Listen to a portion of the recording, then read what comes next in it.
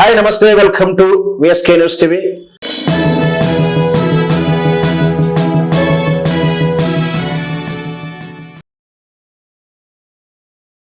గృహజ్యోతి పథకం కింద మీకు ఉచిత కరెంట్ వస్తుందా? తస్మాత్ జాగ్రత్త, వేసవి కాలం వచ్చేసింది. గృహజ్యోతిలో మీరు 200 యూనిట్లకు ఉచితంగా కరెంటు వాడుతున్నారా? తస్మాత్ జాగ్రత్త, వేసవి కాలం వచ్చేసింది. మీరు గృహజ్యోతి లబ్ధిదారుల అయితే ఈ వార్త మీకోసమే. వేసవి కారణంగా గృహజ్యోతి లబ్ధిదారుల భారాన్ని తగ్గించుకుంటే ఎందుకు? వేసవిని అడ్డం పెట్టుకుని గృహజ్యోతి లబ్ధిదారులను తగ్గించుకునే ఎజెండా రేవంత్ రెడ్డి తీసుకున్నాడా? మీరు గృహజ్యోతి లబ్ధిదారుల తస్మాత్ జాగ్రత్త. ముందు ఈ వీడియో పూర్తిగా వినండి, చూడండి.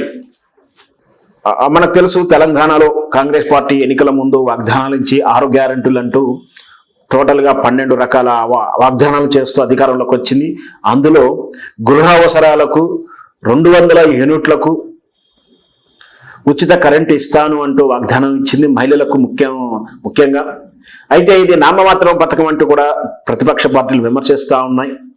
లబ్ధిదారులకు అందరికీ చేరట్లేదు, అర్హతలు ఉన్న వారికి చాలా మందికి చేరలేదు, కొందరికే నామమాత్రంగా సెలెక్ట్ చేసుకొని షాంపీలుగా ఇచ్చామంటూ ఇస్తూ మభ్యపెడుతున్నటువంటి గృహజ్యోతి పథకం కింద నెలకు వందలాది కోట్ల రూపాయలని రాష్ట్ర ఖజానాకు భారం మోపుతున్నటువంటి పథకం ఇది. అయినా ప్రజల్లో ఇప్పటికి కూడా గృహజ్యోతి మీద సంతృప్తి అయితే ఎవరు లేరు. దాంట్లో 2 రకాలైన కారణాలు ఉన్నాయి. ఒకటి ఏమిటంటే, ఇది అందరికీ రాలేదు, అర్హత ఉన్నా కూడా అందరికీ రాలేదు నాకు ఫీలింగ్లో ఉంది. ఒకవేళ వచ్చినా కూడా మళ్ళీ ఎప్పుడు ఈ పథకాన్ని ఎత్తేసి మీరు ఇన్ని రోజులు వాడిన దానికి మళ్ళీ కరెంటు బిల్లు కట్టమని అడిగితే దిక్కవరు అంటూ కూడా భయపడుతున్నటువంటి విధానం. 3వ కారణం, కిరాయిదారులకు కూడా ఈ గృహజ్యోతి పథకం లబ్ధి ఇచ్చినారు. ఆ కిరాయిదారుడు ఖాళీ చేసిపోయిన తర్వాత ప్రభుత్వం మారితే కరెంటు బిల్లు కట్టమంటే ఓనర్కు భారం అవుతుందంటూ కూడా భయాందోళన గురవుతున్న విధానాలు మనం చూసాం. అయితే ఇప్పుడు కొత్తగా ఈ గృహజ్యోతి భారాన్ని తగ్గించుకోవడానికి తెలంగాణ రాష్ట్రంలో ఉచిత పథకాల మీద జరుగుతున్నటువంటి కోట్లాది రూపాయల ఖర్చు, దానికి అప్పులు చేయలేక పరిస్థితులు, ఆదాయాన్ని సంపదను సృష్టించలేని అసమర్థ ప్రభుత్వమైనటువంటి రేవంత్ రెడ్డి ప్రభుత్వం గృహజ్యోతిని ఖర్చును తగ్గించుకునే పథకంగా సమ్మర్లో మీరు గృహజ్యోతి పథకంలో ఉంటే సమ్మర్లో కరెంటు వాడకం సహజంగా అందరికీ ఉంటుంది. ఫ్యాన్ కానీ ఇతర వాడకాలు, ఏసీలు, కూలర్లు ఎక్కువ వాడుతూ ఉంటారు. పైగా సమ్మర్లో పిల్లల స్కూల్ హాలిడేస్ కూడా ఉండడం కూడా ఉంటుంది. అట్లాంటి కార్యక్రమాలలో ఇంట్లో ఎక్కువ స్పెండ్ చేసే అవకాశాలు ఉంటాయి. ఏసీలు వాడాల్సిన పరిస్థితి ఉంటుంది, కూలర్లు వాడే పరిస్థితులు ఉంటుంది. సహజంగా ఎప్పుడు ప్రతి నెల వాడే కరెంటు కన్నా సమ్మర్లో వాడేటువంటి కరెంటు వినియోగం కన్జ్యూమ్ పెరుగుతూ ఉంటుంది సగటు మధ్యతరగతి కుటుంబీకులకు. అయితే దీంట్లో 200 యూనిట్ల వరకు ఉచితం కాబట్టి 200కు 1 యూనిట్ పెరిగినా కూడా వాళ్లకు కరెంటు బిల్లుకు చెల్లించవలసిన పరిస్థితి తప్పనిసరిగా ఉంటుంది.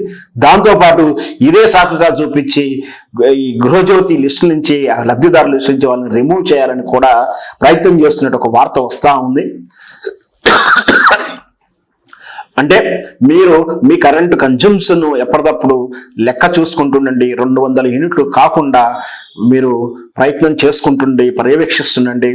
మీరు ఏం అడిగినా కూడా 200 యూనిట్ల లోపే ఉండేటట్టు ప్రయత్నం చేయండి. లేదంటే మీరు ఆ నెల బిల్లు కట్టడమే కాదు, భవిష్యత్తులో కూడా మీరు లబ్ధిదారుల లిస్ట్ నుంచి రిమూవ్ అయ్యే అవకాశాలు ఉంది. కాబట్టి తస్మాత్ జాగ్రత్త. మీరు గృహజ్యోతి లబ్ధిదారులై ఉంటే మీరు నెల వాడేటువంటి ఎండాకాలంలో, వేసవి కాలంలో వాడేటువంటి కన్జంప్షన్ 200 యూనిట్లకు లోపుగానే ఉండడానికి, అంటే టార్గెట్ 200 అయినప్పటికీ మీరు 160, 170 దాటకుండా చూసుకుంటే ఆ 20-30కి క్రమేపీ తప్పని పరిస్థితుల్లో వాడేటువంటి కరెంటు వాడుతూ ఉండాల్సిన పరిస్థితులు ఉంటాయి. రాత్రిపూటనో లేదో చిన్న వాష అవసరాలకు వాడుకుని ఉంటుంది. అంటే మీరు 160, 170 దాటుతుందంటే జాగ్రత్త పడాల్సిన అవసరం ఉంటుంది. ఖచ్చితంగా గృహజ్యోతి లబ్ధిదారు తెలుసుకోవాల్సిన విషయం ఇది. గృహజ్యోతి మీదలోంచి మళ్ళీ ఒక్కసారి పేరు మిస్ అయిందంటే మళ్ళీ ఎంట్రీ అవ్వడం అనేది అంత ఈజీ అయినా కాదు ఈ రేవంత్ రెడ్డి ప్రభుత్వంలో. సో గృహజ్యోతి లబ్ధిదారుల తస్మాత్ జాగ్రత్త.